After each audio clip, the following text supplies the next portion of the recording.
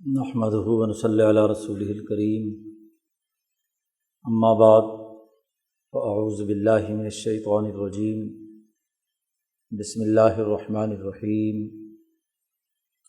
قال اللہ تبارک و تعالی: یا ایہا الذین آمنوا اتقوا اللہ وقولوا قولا سدیدا یصلح لکم اعمالکم ویغفر لکم ذنوبکم ومن یطع اللہ ورسولہ فقد فاز فوزا عظیما۔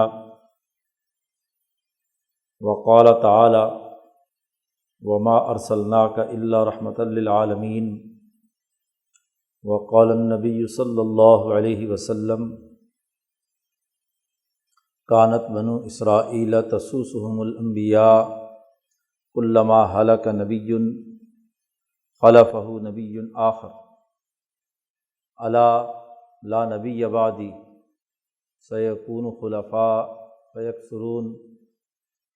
وقال النبی صلی اللہ علیہ وسلم: لا تزال طائفة من امتی قائمین علی الحق لا یضرهم من خالفهم، او کما قال علیہ الصلاۃ والسلام۔ صدق اللہ مولانا العظیم وصدق رسولہ النبی الکریم۔ معزز دوستو، قرآن حکیم کی سچی تعلیمات انسانی فلاح و بہبود کے لیے ایک واضح اور قطعی نظام حیات پیش کرتی ہیں، انسانی زندگی کو منظم خطوط پر آگے بڑھنے کی رہنمائی دیتی ہیں۔ انسانی معاشرہ ترقی کرتا ہے نظم و ضبط اور ڈسپلن کے ساتھ، اجتماعی طاقت اور قوت کے ساتھ۔ سماج کی فلاح و بہبود اس کی اجتماعی طاقت میں ہوتی ہے، اور ہر اجتماعی طاقت نظم و ضبط اور ڈسپلن کا تقاضا کرتی ہے۔ یہ نظم و ضبط اور ڈسپلن دین اسلام کی سچی تعلیمات مسلمان جماعت میں پیدا کرتی ہیں۔ انسانوں کو مہذب بنانے کے لیے ضروری ہے کہ انہیں قاعدہ قانون کا پابند بنایا جائے۔ قانون سے ہی انسانی معاشرے ترقی کرتے ہیں۔ قانون موجود نہ ہو، اس کی عدم پیروی کی جائے تو وہ جنگل کا معاشرہ ہوتا ہے۔ قانون اور ضابطہ انسانی ترقی اور فلاح و بہبود میں بنیادی کردار ادا کرتا ہے۔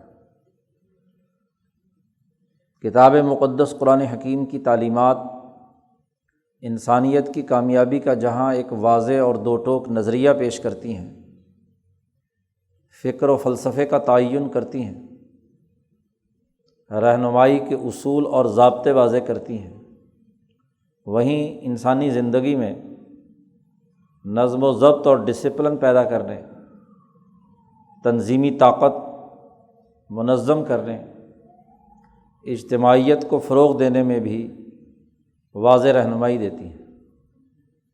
صحابہ اکرام رضوان اللہ علیہم اجمعین کتاب مقدس قرآن حکیم کی سب سے پہلی اور اولین مخاطب جماعت۔ صحابہ کی اجتماعیت اس حقیقت کی غمازی کرتی ہے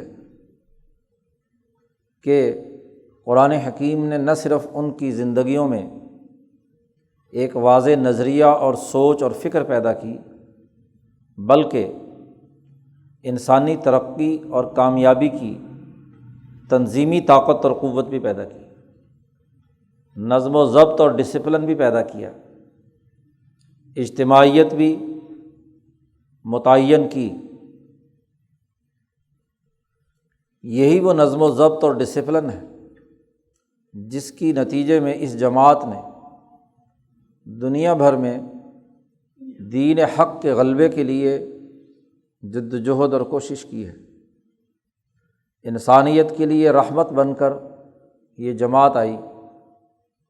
حضور صلی اللہ علیہ وسلم کی بعثت کا جو بنیادی ہدف تھا کہ آپ رحمت للعالمین بن کر دنیا میں آئے ہیں، تو اس جماعت نے انسانیت کے لیے رحمت بننے کے عالمی عمل کی تکمیل کی ہے، اور اس کی اساس کتاب مقدس قرآن حکیم ہے۔ صحابہ نے اس کتاب کے علاوہ کسی اور جگہ تعلیم حاصل نہیں کی، وہ سب امی تھے، انہوں نے حضور صلی اللہ علیہ وسلم کی صحبت سے قرآن حکیم کی تعلیمات حاصل کی تھی، اور انہی تعلیمات نے ان میں اعلیٰ درجے کا نظم و ضبط پیدا کیا، اعلیٰ درجے میں فکر اور فلسفہ ان کے دل و دماغ میں منتقل کیا۔ عمر فاروق رضی اللہ تعالیٰ عنہ فرماتے ہیں کہ میں ایک چرواہا تھا، بکریاں چراتا تھا، اور ابتدائی عمر میں بکریاں بھی مجھے چرانا نہیں آتی تھی، ان کو ایک ڈسپلن میں رکھنے کی اہلیت بھی نہیں تھی۔ میرا باپ خطاب شام کو میری پٹائی کرتا تھا کہ تو بکریاں لے کر جاتا ہے، اور ویسی کی ویسی بھوکی بکریاں شام کو لے آتا ہے۔ عمر فاروق فرماتے ہیں کہ آج یہ عالم ہے کہ میں عالمی سطح پر انسانوں کی حکمرانی کر رہا ہوں، پوری دنیا انسانیت کو منظم کرنے کے لیے کردار ادا کرنے کی اہلیت حاصل کر چکا ہوں، اور یہ اہلیت حضور اقدس صلی اللہ علیہ وسلم کی صحبت اور قرآن حکیم کی تعلیم کا اثر ہے، اس کا نتیجہ ہے۔ قرآن حکیم نے جو پروگرام صحابہ کے سامنے رکھا، اس نے ان کی زندگی میں ایک انقلاب برپا کر دیا، تبدیلی پیدا کر دی، فکر بدل دیا، فلسفہ بدل دیا، سوچ بدل دی، نظریہ بدل دیا، منتشر قبائل کو ایک اجتماعیت میں پرو دیا۔ ان میں جو نظم و ضبط کا فقدان تھا، انفرادیت تھی، ڈسپلن کے بغیر زندگی بسر کرنے کی عادت تھی، وہ بدل دی، وہ ایک ڈسپلن میں رہ کر کام کرنے کی اہلیت پیدا کر لی۔ غزوہ بدر کے موقع پر حضور کی تربیت یافتہ جماعت صحابہ کرام اور مکے کے مشرکوں کا نظام ابو جہل کی قیادت میں جو پچھلے 300 سال سے چلا آ رہا تھا، دونوں کی اس غزوہ میں جنگی حالت اور کیفیت دونوں کے درمیان فرق اور امتیاز کو واضح کرتی ہے کہ حضور اقدس صلی اللہ علیہ وسلم کی صحبت سے 10-12 سال میں یہ جماعت بنیان مرصوص بن کر، ایک منظم جماعت بن کر، سیسا پلائی ہوئی دیوار بن کر دشمن کے سامنے کردار ادا کرنے کی اہلیت پیدا کر چکی ہے۔ جنگیں بدر سے پہلے بھی ہوتی رہی ہیں قبائل کے درمیان، حرب فجار مشہور جنگ ہے، عربوں میں لڑی جاتی تھی۔ آپ حرب فجار کو جو حضوری کی زندگی میں نوجوانی کے عالم میں لڑی گئی، اور غزوہ بدر کو جو حضور صلی اللہ علیہ وسلم نے اپنی تعلیم و تربیت سے جماعت تیار کرنے کے بعد بدر کے میدان میں اتاری، ذرا دونوں کی جنگی حکمت عملی، دونوں کے طریقہ ہے جنگ کے درمیان فرق اور امتیاز کی کچھ بنیادی نکات متعین کیجیے۔ ہمارا معاملہ یہ ہے کہ ہم سیرت کا مطالعہ کسی نظریے کے تحت نہیں کرتے، محض واقعات اور قصے اور افسانوں کے طور پر کرتے ہیں۔ ذرا ایک کالم بنائیے حرب فجار اور اس جنگ میں کیے جانے والے دونوں طرف کے قبائل کے اقدامات، اور دوسری طرف غزوہ بدر، اور اس بدر کے نتیجے میں اس موقع پر جو جنگی حکمت عملی حضور اقدس صلی اللہ علیہ وسلم نے اپنائی، اور آپ صلی اللہ علیہ وسلم نے ایک مختصر سی جماعت کے ذریعے سے اپنے سے 3 گنا بڑی طاقت کو شکست دی، تو اس کا بھی جائزہ لیجیے، اس کے نکات بھی قلم بند کیجیے دوسرے کالم میں، اور جائزہ لیجیے کہ اس 10 12 15 20 سال کے دورانیے میں جنگی حکمت عملی میں کیا فرق پیدا ہوا؟ لڑائی اور جنگ کا طریقہ بدل دیا، انقلاب برپا کر دیا۔ یہ کہنا بہت آسان اور اچھا لگتا ہے کہ غزوہ بدر کے موقع پر فرشتوں نے آ کر مشرکوں کو ختم کر دیا، پھر 5000 فرشتے لانے کی کیا ضرورت تھی؟ ایک ہی فرشتہ کافی تھا، ان 1000 کو اپنے ایک ہی پر سے اٹھا کر باہر پھینک دیتا۔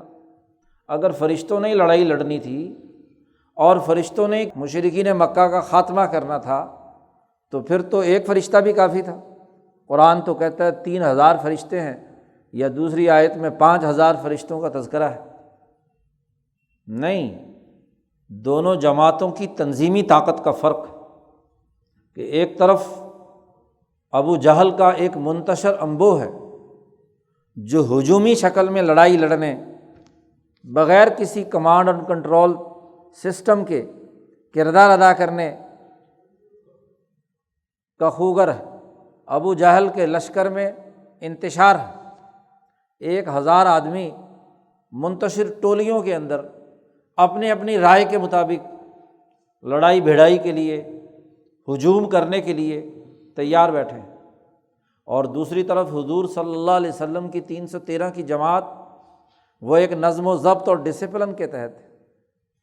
یہ نظم و ضبط اور ڈسپلن قرآن کی تعلیم سے ان کے اندر پیدا ہوا ہے، حضور صلی اللہ علیہ وسلم کی تربیت سے پیدا ہوا ہے۔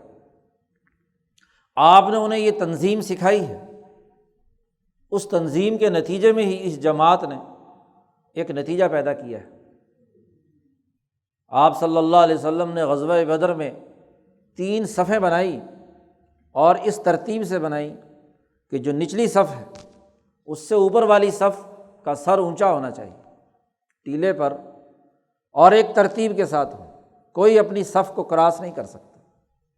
اتنی سختی کی صفوں کی درستگی میں کہ خود حضور صلی اللہ علیہ وسلم چھڑی لے کر، صف کھڑی ہے صحابہ کی، تو جس کا پیٹ بھی باہر نکلا ہوا ہے اس کے پیٹ پر بھی چھڑی ماری کہ پیچھے کرو۔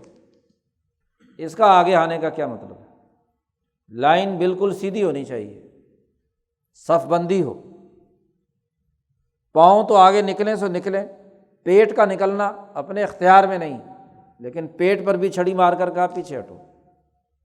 تو نظم و ضبط اور ڈسپلن کے تحت ایک صف منظم کی، دوسری اس سے اوپر اور تیسری اس سے اوپر، ایک تیر انداز ہیں، ایک نیزے مارنے والے ہیں، اور ایک تلوار چلانے والے ہیں، اور ان تینوں کے اوپر مچان میں حضور اقدس صلی اللہ علیہ وسلم خود تشریف فرما ہے، اور ہر فرد پر نظر ہے، اس کے کردار اور کام کرنے کی نوعیت پر نظر ہے، اور کوئی فرد حضور کی اجازت کے بغیر، کمانڈر کی اجازت کے بغیر کسی قسم کی کوئی حرکت نہیں کرتا۔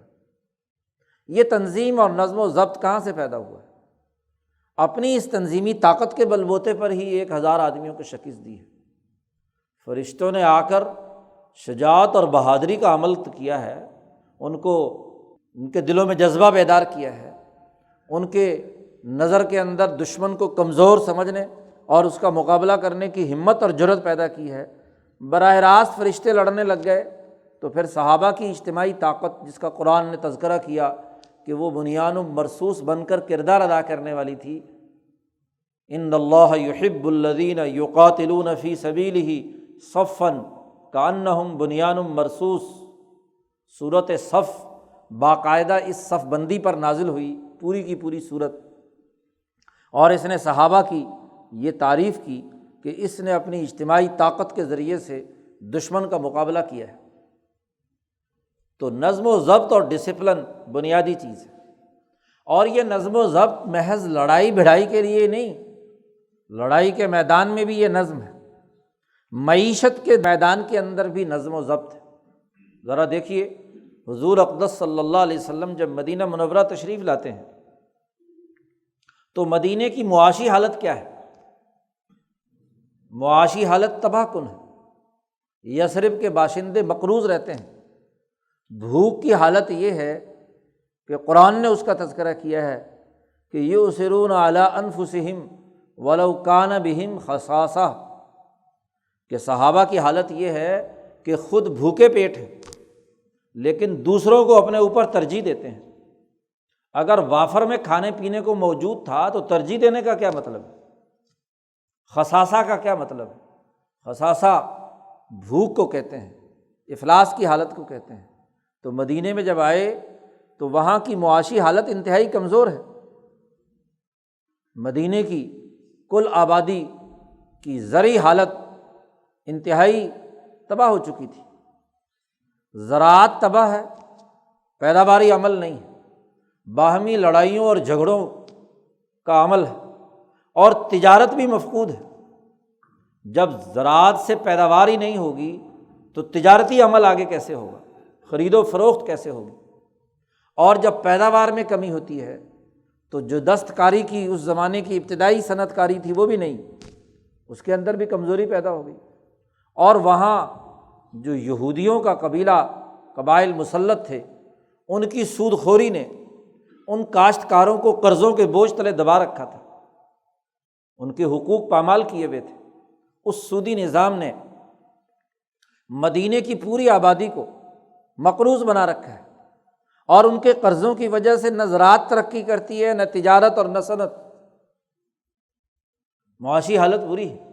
حضور اقدس صلی اللہ علیہ وسلم مدینہ منورہ تشریف لائے، اور جب میثاق مدینہ ایک معاہدہ کر کے آپ کو تمام قبائل نے اپنا حکمران مان لیا، یہودیوں نے بھی اور وہاں کے رہنے والے تمام لوگوں نے آپ صلی اللہ علیہ وسلم کو سربراہ مان لیا، تو آپ صلی اللہ علیہ وسلم کا جو سب سے پہلا ڈسپلن ہے وہ معاشی حوالے سے ہے۔ تمام انصار کو، جو مدینے کے لوگ تھے، ان سے کہا کہ تمہیں زراعت میں مہارت ہے، لہذا زراعت نہیں چھوڑو گے، تم کوئی بھی حالت طاری ہو جائے تو تم زرعی ترقی کے لیے، پیداوار کی بڑھوتری کے لیے مسلسل اقدامات کرو گے۔ انصاری صحابہ کی تمام حدیثیں آپ جمع کر لیجئے، وہ ان کی زراعت کو ترقی دینے کے طریقے حضور اقدس صلی اللہ علیہ وسلم رہنمائی کے طور پر ان کے سامنے بیان کرتے ہیں۔ اسی طریقے سے مہاجرین جو مکہ سے ہجرت کر کے آئے تھے، یہ لوگ زراعت پیشہ نہیں تھے، یہ تاجر پیشہ تھے، ان میں تجارت کی صلاحیت اور مہارت تھی۔ حضور صلی اللہ علیہ وسلم نے مہاجرین کو منع کیا کہ تم کاشتکاری میں نہیں الجھو گے، کاشتکاری کے امور سر انجام نہیں دو گے۔ بازار بنوائے، خاص طور پر 4-5 نئے بازار، مارکیٹیں حضور اقدس صلی اللہ علیہ وسلم نے مدینہ میں بنائیں کہ ان مارکیٹوں میں کاروبار کرو، کوئی آدمی فارغ گھر نہ بیٹھے۔ لا تکونوا کلًا، لوگوں پر بوجھ مت بننا۔ خاص طور پر مہاجرین سے کہا کہ تم ادھر سے آئے ہو اور یہاں آ کر انصاریوں کے اوپر بوجھ بن جاؤ، ایسا نہیں ہے۔ اگرچہ ہم نے مواخات پیدا کر دی، دوستی پیدا کر دی، یہ انصار ہیں اور یہ مہاجرین ہے، ایک انصاری اور ایک مہاجر کے درمیان، لیکن مہاجرین کو کہہ دیا کہ دیکھو ان کے اوپر بوجھ مت بننا۔ عبد الرحمن بن عوف جب ایک انصاری صحابی کے ساتھ ان کی مواخات ہوئی اور وہ صحابی انہیں اپنے گھر لائے، تو انہوں نے کہا کہ بھائی یہ میری زمین ہے، اس کو آدھا تم لے لو، آدھا میں لے لیتا ہوں، میری 2 بیویاں ہیں، ایک بیوی کو طلاق دے دیتا ہوں کہ ایک سے تم شادی کر لو، فلاں فلاں فلاں سب چیزیں برابر کی تقسیم کر لو۔ عبد الرحمن بن عوف نے کہا کہ نہیں، مجھے یہ چیزیں نہیں چاہیے، زمین بھی تم ہی کاشت کرو، گھر بھی تم اپنا آباد رکھو، اور اثاثہ جات بھی مجھے نہیں چاہیے، مجھے یہ بتاؤ کہ مدینے میں بازار کہاں ہے، مارکیٹ کہاں ہے؟ تو مارکیٹ چلے گئے۔ بنی قینقاع کا بڑا مشہور بازار تھا، سوق بنی قینقاع، تو عبد الرحمن بن عوف وہاں گئے، صبح سے شام تک وہاں، شروع میں تو ظاہر ہے کہ مزدوری کی کہ جس کے ذریعے سے کچھ پیسے جمع ہو جائیں، اور پھر اس کے ذریعے سے دن بدن حضرت عبد الرحمن بن عوف نے تجارتی سارا دن کام کیا مارکیٹ میں، اور شام کو کیا ہے اس کے ذریعے سے یافت بڑھنا شروع ہو گئی۔ اور ایک روز یہ ہوا کہ صبح فجر کی نماز کے بعد عبد الرحمن بن عوف کو حضور نے دیکھا کہ ان کے جسم پر خوشبو لگی ہوئی ہے، تو حضور نے پوچھا کہ کیا کیا عبد الرحمن، خوشبو کیوں ہے، شادی تو نہیں کر لی؟ انہوں نے کہا کہ ہاں جی شادی کر لی۔ تو حضور نے فرمایا پھر ولیمہ کھلاؤ، اولم، ولیمہ کرو، ولو بشاتن، چاہے ایک بکری ہی ذبح کرو لیکن ولیمہ تو کھلاؤ۔ اور یہاں آپ صلی اللہ علیہ وسلم کی حکمت عملی سے جو معاشی ترقی اور تجارتی اقدامات کیے گئے، اس کے نتیجے میں وہ شادی بھی کرتے ہیں، ولیمہ بھی کرتے ہیں، باقی سارے کام بھی کرتے ہیں۔ تو معاشی ترقی کے اقدامات کیے حضور صلی اللہ علیہ وسلم نے۔ یہ بڑا غلط تصور ہے کہ حضور اقدس صلی اللہ علیہ وسلم کے پاس فتوحات کے بعد مدینے میں مال آنا شروع ہوا، یہ تو بہت بعد کی بات ہے، یہ تو فتح مکہ کے بعد کی صورتحال ہے۔ فتح مکہ سے پہلے کے 8 9 10 سال میں زراعت کو ترقی دی، تجارت کو ترقی دی، دستکاری کے عمل کو آگے بڑھایا۔ دستکاروں کو ترغیب دینے کے لیے حضور صلی اللہ علیہ وسلم نے فرمایا کہ دیکھو، دنیا میں ہر نبی نے اپنے ہاتھ سے کام کر کے محنت مشقت سے مال کمایا ہے۔ بخاری شریف میں حدیث موجود ہے کتاب الکسب میں، کوئی نبی ایسا نہیں گزرا کہ جس نے اپنے ہاتھ سے محنت مشقت کر کے کام نہ کیا ہو اور اپنا رزق حلال نہ کمایا ہو۔ تو رزق حلال کماؤ اپنی محنت اور مشقت سے۔ اور حضرت داؤد علیہ السلام کا خاص طور پر تذکرہ کیا کہ داؤد علیہ السلام ہاتھ سے زرہ بنا کر، لوہے کا کام کر کے، صنعت کو ترقی دے کر اقدامات کرتے تھے۔ قرآن نے سلیمان علیہ السلام کا اور داؤد کا تذکرہ کرتے ہوئے کہا ہے صنعۃ لبوس لکم، ایک ایسی صنعت تمہیں دی کہ جس کے ذریعے سے تم اپنا تحفظ کرتے ہو، گرمی سردی سے بچاؤ کا کپڑا اور جنگوں میں لڑائی کے لیے زرہ کا استعمال کی صنعت کاری حضرت داؤد علیہ السلام نے دی۔ اور اس کے نتیجے میں حضور صلی اللہ علیہ وسلم نے صحابہ کے اندر معاشی نظم و ضبط اور ڈسپلن پیدا کیا۔ پھر وسائل کی پیدائش کے جیسے طریقے یا معاشی ترقی کا ڈسپلن پیدا کیا، وہیں کفایت شعاری کہ جو وسائل دستیاب ہو چکے ہیں ان کی تقسیم کا اور استعمال کا کیا طریقہ ہوگا، ان کو اپنی زندگی میں کیسے استعمال میں لانا ہے۔ یہ نہیں کہ دولت اگر زیادہ کما لی تو خود عیاشی کرتے رہو، نہیں، الانفاق من الاقتار، کہ وسائل کم بھی ہوں تو انہیں پوری سوسائٹی میں مل بانٹ کر کھانا ہے، اجتماعیت کا لحاظ رکھ کر انہیں استعمال میں لانا ہے۔ اور ذاتی طور پر بھی کہا گیا کلو واشربو ولا تسرفو، کھاؤ پیو اعتدال کے ساتھ جو ضرورت ہے تمہاری، لیکن اسراف کی حد سے مت بڑھو، اسراف مت کرو۔ اسراف وہ عمل ہے کہ جس کے ذریعے سے کسی بھی چیز کا ایسا استعمال کہ جس کا نہ دنیا میں کوئی فائدہ ہے نہ آخرت میں کوئی فائدہ ہے۔ زیادہ کھانا کھا لیا جائے تو وہ ویسے ہی نکلتا ہے، جسم میں تو نہیں لگتا، پھر ہاضمے کی گولیاں کھا کر اسے نکالنا پڑتا ہے، ورنہ بے چین ادھر ادھر پھرتا رہتا ہے۔ تو ضرورت سے زائد کھانا یا ضرورت سے زائد پینا یا پہننا یا اوڑھنا، تو یہ تمام چیزیں ایسی ضائع کر دینے والی ہیں کہ جو دولت کی تباہی اور بربادی کا باعث ہے۔ تو حضور صلی اللہ علیہ وسلم نے معاشی ڈسپلن، نظم و ضبط، معاشی ترقی کے اقدامات اور اس کے ذریعے سے سوسائٹی کی اجتماعی طاقت کو منظم کیا۔ کہاں یثرب والے بیچارے اپنی معاشی حالات اور پسماندگی کی وجہ سے قریش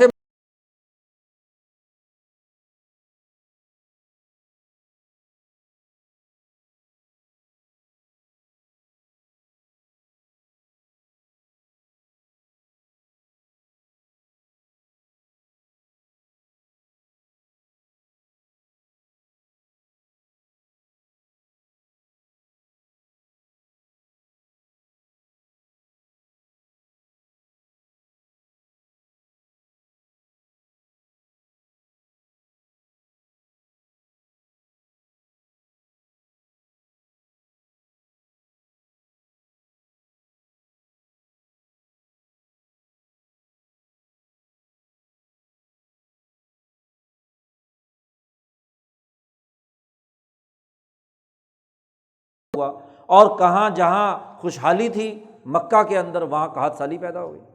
بد نظمی اور معاشی خرابی کے اثرات ہیں۔ قحط کیوں پیدا ہوتا ہے؟ کہ وہاں کا تاجر طبقہ ذاتی مفادات اور گروہی مفادات کے چکر میں پڑ گیا اور عام انسانوں کے حقوق پامال کرنے شروع کیے، اور تجارتی سفر اگر لوٹ مار کی نظر ہونے لگے تو پھر ظاہر ہے پیداوار کا عمل ختم ہو جاتا ہے، پیدائش دولت کا عمل متاثر ہوتا ہے۔ تو یہ ڈسپلن نبی اکرم صلی اللہ علیہ وسلم کی سیرت کا اہم حصہ ہے۔ اسی طریقے سے آپ دیکھیے معاشرے کو منظم کرنے کے لیے، منظم اجتماعیت کی تشکیل کے لیے ایک عدل و انصاف کا عدالتی نظام خود نبی اکرم صلی اللہ علیہ وسلم نے واضح کیا کہ باقاعدہ عدالتی نظم کیسے ہوگا۔ لوگوں میں اگر تاجروں میں آپس میں کوئی اختلاف ہو گیا، کاشتکاروں میں اختلاف ہو گیا، کاشتکاروں اور تاجروں کے درمیان کوئی جھگڑا ہو گیا، تو یہ جھگڑے زندگی کا حصہ ہوتے ہیں۔ ان جھگڑوں کے نمٹانے کے لیے طریقہ کار کیا ہوگا؟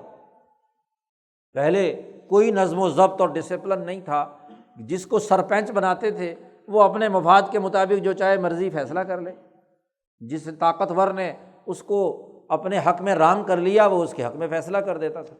آپ صلی اللہ علیہ وسلم نے طریقہ کار متعین کیا کہ جس کو کسی سے شکایت ہے اور اس کا کوئی دعویٰ بنتا ہے وہ باقاعدہ مدعی بن کر آئے گا اور اس پروسیجر کے تحت آئے گا، اور جو جواب دعویٰ داخل کرنا ہے وہ اس پروسیجر سے آئے گا، اور اس دعوے کے فیصلے کے بھی قانون اور ضابطے متعین کر دیے۔ حضور صلی اللہ علیہ وسلم کی ایک واحد حدیث ہے جو متواتر ہے، بہت سے صحابہ سے روایت کی ہوئی ہے، باقی تو اخبار احاد و خبر واحد انہیں کہتے ہیں، ایک صحابی یا دو صحابی سے مروی ہے۔ یہ واحد حدیث ہے جو متواتر ہے قانون کی کتابوں کے اندر۔ وہ نبی اکرم صلی اللہ علیہ وسلم نے واضح کر دیا کہ البینۃ علی المدعی والیمین علی من انکر، مدعی کو گواہ پیش کرنے ہیں، وہ ایک زائد چیز کا دعویٰ کر رہا ہے اور اس دعوے کرنے والے کو اسے گواہ پیش کر کے ثابت کرنا ہے کہ دوسرے کے اوپر یہ چیز لازم ہو چکی ہے، اسے دینی ہے۔ دوسرا آدمی زائد چیز کا انکار کر رہا ہے، تو انکار کر رہا ہے تو اس کے بھی دلائل اور شواہد پیش کرے، لیکن قرائن و شواہد کے ساتھ ساتھ اگر مدعی کے پاس گواہ نہیں ہے تو وہ قسم اٹھائے اور ایمان و یقین سے قسم اٹھائے۔ جھوٹی قسم اٹھانے کا معاملہ نہیں ہے ہماری عدالتوں کی طرح، والیمین علی من انکر۔ تو یہ قانون اور ضابطہ بیان کر کے ایک پورا عدالتی نظام مدینے میں قائم کیا ہے۔ یہ ہے رحمت للعالمین ہونے کا عمل، نظم و ضبط اور ڈسپلن آپ صلی اللہ علیہ وسلم نے پیدا کر دیا۔ یہی حال سیاسی معاملات کا ہے۔ سیاسی نظم و ضبط تو سب سے پہلے آپ صلی اللہ علیہ وسلم نے پیدا کیا، میثاق مدینہ کرتے ہیں، اور سیاسی عمل میں ہر مسلم غیر مسلم کو بھی شریک کرتے ہیں، عدالتی عمل میں بھی ہر مسلم غیر مسلم شریک ہے۔ یہودی مقدمہ لے کر آ جائے تو اسے بھی انصاف ملتا ہے، مسلمان لے کر آئے اسے بھی انصاف ملتا ہے۔ سیاسی تنظیم میں سب سے پہلا معاہدہ میثاق مدینہ کا ہے، اس میں مسلمان بھی ہیں، یہودی بھی ہیں، بلکہ غیر مسلم زیادہ ہے۔ 9,500 کی آبادی غیر مسلموں کی ہے مدینے کی، اور صرف 500 مسلمان مرد اور عورت مسلمان ہیں مدینہ میں۔ تو 10,000 کی کل آبادی میں صرف 500 مسلمان اور 9,500 غیر مسلموں پر مشتمل ایک سیاسی نظام، اور اس سیاسی نظام کی قیادت حضور اقدس صلی اللہ علیہ وسلم کے سپرد تنظیمی صلاحیت کی وجہ سے ہوتی ہے، نبی ہونے کی وجہ سے نہیں۔ کیونکہ اگر نبی ہونے کی وجہ سے ہوتی تو یہ 9,500 غیر مسلم حضور پر ایمان نہ لے آتے، آپ کو نبی مان لیتے، لیکن نبی نہیں مان رہے۔ لیکن حضور کے جو 5-6 مہینے سال مدینہ میں انہوں نے ان کی زندگی دیکھی، اور آپ کی زندگی میں جو نظم و ضبط اور ڈسپلن دیکھا، آپ کی اجتماعی حالت کو دیکھا، تو تمام اقوام نے متفقہ طور پر تسلیم کر لیا کہ ٹھیک ہے جی، سیاسی سربراہ آپ ہمارے ہیں، مذہبی طور پر تو ہم آپ کی بات ابھی قبول نہیں کریں گے، لیکن سیاسی طور پر آپ جو فیصلہ کریں گے اسے ہم مانیں گے۔ تو دوسرے لوگ سیاسی حکومت تبھی مانتے ہیں جب کسی صلاحیت اور مہارت کا اظہار ہو، ان کو اس سے فائدہ پہنچے، تو ان کے فائدے کے اقدامات کیے حضور صلی اللہ علیہ وسلم نے، تو آپ صلی اللہ علیہ وسلم کو سربراہ مان لیا، آپ کو اپنے اس مدینے کی حکومت کے اندر حتمی فیصلہ کرنے والی حیثیت آپ کی قبول کر لی۔ تو سیاسی ڈسپلن دیکھیے کہ ہر مسلم غیر مسلم کے لیے ایک اجتماعی طاقت، مدینے کی اجتماعی طاقت منظم کر دی کہ یہاں اس علاقے کے رہنے والے تمام لوگ وہ ایک شخص ہیں، ایک پرسن ہے، لیگل پرسن۔ اس لیگل پرسن کا نام ہی مدینہ ہے۔ مدینہ کو مدینہ بھی اسی لیے کہتے ہیں، مدنیت تمدن سے ہے، جہاں سویلائزیشن ہوتی ہے، جہاں تمدن اور تہذیب ہوتی ہے اس کو مدینہ کہا جاتا ہے۔ اس سے پہلے یہ یثرب ہے، اور یثرب بھی کیسا، ذرا یثرب کا اس زمانے کا جائزہ لیجئے، چھوٹے چھوٹے قبائل بلکہ ڈیرے ہیں، کوئی آبادی متصل آبادی نہیں ہے۔ اوالی مدینہ قباء سے لے کر احد کے پہاڑ تک 5-6 میل کا فاصلہ ہے، بلکہ 8-10 میل کا۔ اس پوری وادی کے اندر چھوٹے چھوٹے قبائل اور چھوٹے چھوٹے ڈیرے ہیں، کوئی دار بنی عمر ہے، کوئی دار فلاں ہے، کوئی دار فلاں ہے، دارے تھے جن کو ڈیرا کہتے ہیں۔ تو وہ چھوٹے چھوٹے ان تمام کو منظم کر کے ایک قانونی نظام میں پرو دینے کا نام مدینہ ہے، کہ ان کے اندر ایک قانونی تشخص قائم کر دیا، اور اس قانونی تشخص کی سربراہی حضور اقدس صلی اللہ علیہ وسلم کے پاس ہے۔ اور آپ صلی اللہ علیہ وسلم اپنی انتظامی صلاحیتوں کے ذریعے سے، اپنی جماعت کی منظم طاقت کے ذریعے سے اس پورے نظم و ضبط کو کنٹرول کیے ہوئے ہیں۔ عدالتی نظم و ضبط بھی ہے، معاشی اور اقتصادی ترقی کا نظم و ضبط بھی ہے، سیاسی اقدامات بھی ہیں، اور اگر دشمن سے لڑائی بھی مول لینی پڑتی ہے تو اس کے مقابلے میں بھی یہ تنظیم ایک اجتماعی کردار ادا کرتی ہے۔ یہ وہ بنیادی اجتماعیت ہے جو حضور اقدس صلی اللہ علیہ وسلم نے قائم کی، اور اس اجتماعیت کے ذریعے سے جو نظام قائم کیا وہ رحمت کا تھا کل انسانیت کے لیے۔ اسی بنیاد پر آپ رحمت للعالمین ہیں۔ آپ کی کیا ہے؟ اس اجتماعیت نے نہ صرف مدینہ کو مدینے کا تشخص دیا، بلکہ مدینے کا ہی یہ ماڈل بتدریج پھیلتا ہے۔ فتوحات کے ذریعے سے جن جن علاقوں پر آپ صلی اللہ علیہ وسلم کی حکمرانی قائم ہوتی ہے، یہی مدینے کا ماڈل لے جا کر وہاں رکھ دیا جاتا ہے، اسی کے مطابق یہ تنظیم وہاں قائم ہوتی ہے۔ حتیٰ کہ مکہ جب فتح ہوتا ہے تو مکہ میں یہ اپنے عروج پر اپنی تنظیمی صلاحیتوں کا مظاہرہ کرتا ہے، اور یہ حضور صلی اللہ علیہ وسلم کی زندگی میں ہوا۔ اور آپ صلی اللہ علیہ وسلم دنیا سے تشریف لے گئے تو صحابہ کرام جہاں جہاں پہنچے، مدینے کے اس تنظیمی ماڈل کو اٹھا کر آپ صلی اللہ علیہ وسلم کے صحابہ دنیا کے شہروں میں پھیل گئے، اور جو شہر فتح کیا، خیبر فتح کیا، وہاں یہ نظام قائم کر دیا۔ بیت المقدس فتح ہوا حضرت عمر رضی اللہ تعالیٰ عنہ کے زمانے میں، تو وہاں یہ ماڈل نافذ کیا۔ اور تو اور عمر فاروق رضی اللہ تعالیٰ عنہ نے اس ماڈل کی اعلیٰ ترین شکل ایک نیا شہر بسا کر، بلکہ 2 نئے شہر بسا کر کیا۔ 17 ہجری میں عمر فاروق نے کوفہ اور بصرہ 2 اہم ترین شہر نئے ڈیزائن پر، اس کے بازار کیسے ہوں گے، اس میں حکمران کہاں بیٹھے گا، مسجد کا نظم و نسق کیا ہوگا، باقی امور سر انجام کیسے دیے جائیں گے، وزارت خزانہ کا دفتر کہاں ہوگا، وغیرہ وغیرہ۔ تو کوفہ ایک منظم شہر جو خود حضرت عمر رضی اللہ تعالیٰ عنہ نے قائم کیا، اور یہ قیام بھی ایسے نہیں کہ بس ایک فرد جا رہا ہے اور اس نے کہا لکیریں لگا کر کے یہاں شہر بسا لو، نہیں، پہلے ٹیم ورک کیا، ایک ٹیم بنائی صحابہ کی، مغیرہ ابن شعبہ جیسے لوگ، زمینوں کی پیمائش کے ماہرین، پانی کو ٹیسٹ کرنے کے ماہرین، آبادیوں کو منظم کرنے کے ماہرین، صحابہ جمع کر دیے۔ 8-10 صحابہ کی ٹیم بنائی اور ان سے کہا کہ بین الاقوامی سطح پر مدینے کا ماڈل ایک ایسی جگہ پہ لے جانا ہے کہ جہاں سے دنیا بھر میں باقی ایشیا اور افریقہ کے اندر بھی اس کے فروغ کے لیے کردار ادا کرنا پڑے، تو اس کو وہاں منظم کیا جا سکے، نئے شہر بسائے جا سکیں، تو اس کے لیے ایک بنیادی جو امور ہیں متعین ہو کر سامنے آ جائیں۔ تو اس جماعت نے سروے کیا ہے پورے فارس کا، ایران کا، اور اسی طریقے سے عراق کے تمام علاقوں کا، اور پھر یہ کوفہ کا جگہ کا تعین کیا ہے کہ یہ وہ جگہ ہے کہ جہاں پر ایک شہر منظم طور پر آباد کیا جا سکتا ہے۔ اسی طریقے سے بصرہ جو دور دراز کے علاقوں میں موجود تھا، وہاں بھی حضرت عمر فاروق رضی اللہ تعالیٰ عنہ نے سروے کروایا اور اس شہر کو بھی نئے خطوط پر منظم کیا۔ تو یہ شہری زندگی کی تنظیم، نظم و ضبط اور ڈسپلن عمر فاروق کے زمانے میں عروج پر پہنچتا ہے، اور پھر اسی کا اظہار دمشق میں ہوتا ہے، اسی کا اظہار بغداد میں ہوتا ہے، اور پھر آگے منتقل ہوتے ہوتے دنیا کے تمام شہروں تک، اندلس کے دور دراز کے علاقوں، اور ادھر کابل اور ادھر لاہور اور ملتان تک، دنیا بھر میں یہی تنظیمی ماڈل پھیلا ہے۔ جہاں جہاں مسلمان گئے وہ اس نظم و ضبط اور ڈسپلن کو لے کر آگے منتقل کرنے کے لیے انہوں نے کردار ادا کیا۔ تو دیکھنا یہ ہے کہ مسلمان جماعت جسے قرآن کی تعلیم اور نبی اکرم صلی اللہ علیہ وسلم کی تعلیمات نے ایک تنظیمی صلاحیت عطا کی، منظم اجتماعی قوت پیدا کی، آج یہ تنظیمی صلاحیت ہمارے اندر کیوں نہیں ہے؟ اس لیے کہ ہم نے سیرت کا مطالعہ محض رسمی طور پر، محض واقعاتی طور پر، محض چیزوں کو بہت ہی سطحی تناظر میں اور رسمی طور پر پڑھنے پڑھانے کا عمل شروع کیا ہوا ہے۔ کسی نظریے کے تحت، کسی سوچ کے تحت اپنے آپ کو منظم کرنے اور اپنی اجتماعی طاقت کو پیدا کرنے کے تناظر میں نہیں ہے۔